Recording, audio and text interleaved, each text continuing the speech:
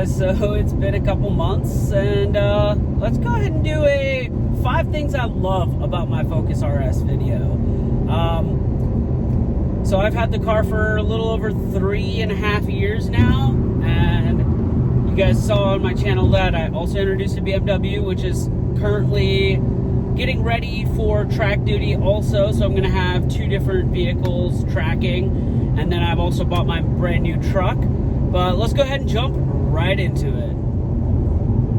So my favorite thing about this car has to take the reins for top position. The thing that sold me on this vehicle, when you go for a test drive and you put the thing in sport mode, it's the pops.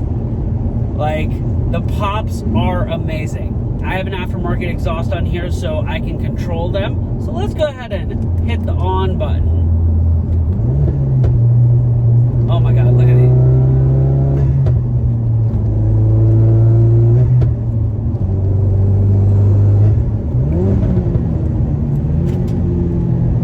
Oh my God, those pops. I absolutely love those pops. That is my absolute favorite thing about this car. So the next thing I absolutely love about this car is how much power it has coming out of this tiny little 4-banger. So it's 2.3 liters of displacement, making 350 horsepower, 350 foot-pounds of torque. And when the car came out in 2016, there was, I think, only one other vehicle that made more power. And I think that was like the Mercedes CLA 45 AMG, or the CLA 45 AMG, and it made a little bit more power. And haha, everyone's gonna make the head gasket jokes. Make the jokes all you want. I got the head gasket taken care of, and I absolutely love how the power comes on this vehicle. My next favorite thing about this particular power portion is that a simple Cobb tune. So I'm tuned by JST Performance, so I did a flash tune to the base one, sent it off to JST, and he tuned me. Brian at JST Performance tuned me, and holy cow, does it make a huge difference driving the car back to back. So I just, for this video, flashed back to completely factory, just so I would know how big of a difference it makes, and holy cow, it is like night and day difference. The power band from like 3,500 all the way to 5,500 is completely different when tuned versus what Ford gave you. It's an extra 50 horsepower at the wheels and about 100 foot-pounds of torque at the wheels, which makes such a difference. The torque literally throws you back in the seat so hard. It's phenomenal. If you get this car, you're gonna have tons of fun with it, regardless of whether you have a tune or not. I'm still having fun with it, driving it around in my stock tune right now. And again, gotta love all the little pops. Like, the pops are my favorite. There we go. There's all the pops that I'm talking about. So 4 doors is absolutely important to me. Even though I personally don't have a family, and normally it's just me in the car, or maybe me and my girlfriend, having the 2 extra doors in the back make loading this car and unloading it for the track so much easier. I can lay down the seats, load tires from the doors. I can lay down the seats and turn it into like a little mini truck. The mini truck thing is awesome. Check out this video that's like right here, and you'll see me with the car completely full, ready for a track day, and there's still room to spare. So inside of this, there is a tent.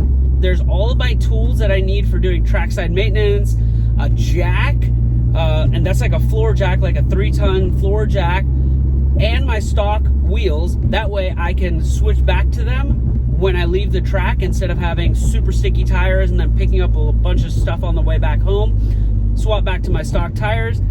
I love this thing. It is the best. It's so utilitarian. And if you want to take the seats out, because you're going to do a lot of track duty with it, super easy. I love the way 4-door cars look, and every vehicle I've ever owned has had 4 doors, outside of my Miata, which doesn't count because they don't make 4-door Miatas. So the next one is how nimble and how well this handles. This car handles like it's on rails, even from factory.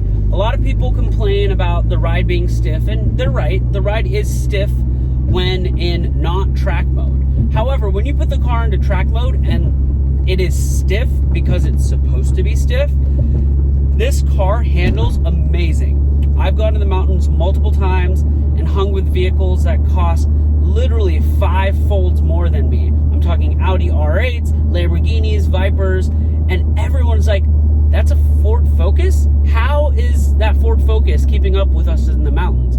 Outside of the fact that I know the car really well and I trust like my tires and the suspension and everything like that, this car handles amazing. All of my friends that have borrowed the vehicle, they've all came back and said one thing. They're like, holy cow, this thing turns on a dime. And I absolutely love it. That's why this is in my top 5 list.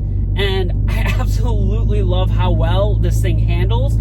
Add together with that the extra power when it's tuned.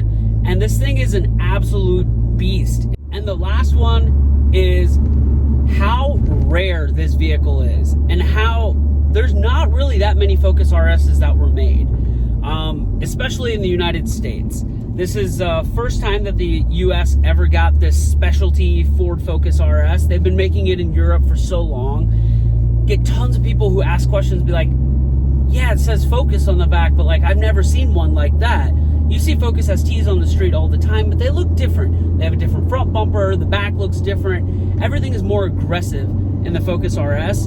And I've been a diehard Volkswagen fan, and before this car got announced, I was dead set on buying me a brand new Golf R. And the Golf R is an amazing vehicle. I love the way it handles, I love the refinement and all of that stuff. But you know what they have not changed and Volkswagen has not gotten right? That vehicle has looked the same for 3.5 or 4+ generations, and it's getting boring. It just blends into the crowd. This vehicle is unique. It looks different. It's something that you don't see on the road a lot, and still to this day, living in Atlanta, we have a Focus ST and RS community, and we have like 250 Focus STs, and we have maybe 10 Focus RSs in the group. It's crazy how big of a difference there is on the RS and how rare it is. I absolutely love this car, and I wouldn't change it for the world. So that's my top 5 reasons that I love my Focus RS. I hope this helped you make any decisions that you had. If you are ever looking to get a Focus RS, I would definitely recommend one as a fun drive around the city car. It is relatively reliable outside of the head gasket issue, and you can check out my 5 things I hate about the Focus RS video to see how I kind of handled the whole head gasket issue. Basically, you just need to make sure you stay away from the 2016 to like mid 2017 car if you want 0 issues and never have to deal with it at all, or just make sure it gets taken care of properly. I mean, mine is finally done and taken care of, and the car has been a dream since.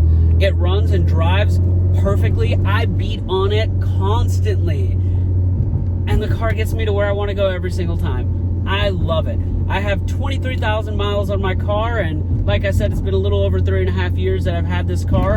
And if you've been following my channel, you know I track it very heavily. So with all the abuse that I've given it, it's still holding up really well. I don't have any creaks or anything like that, outside of this weird position right between the seat, because my passenger seat hasn't actually been broken in yet, so it's like super tight against the center arm console. Outside of that, the car has no creaks, no rattles, nothing, and I track it at least 5 times a year. I hope you guys like this video. Make sure you like, comment, subscribe. Tell me what you want to see on this car, other videos about the Focus RS. Do you want to see an update on my BMW, which is currently getting a bunch of mods done to it? Let me know in the comments below. See you guys next time.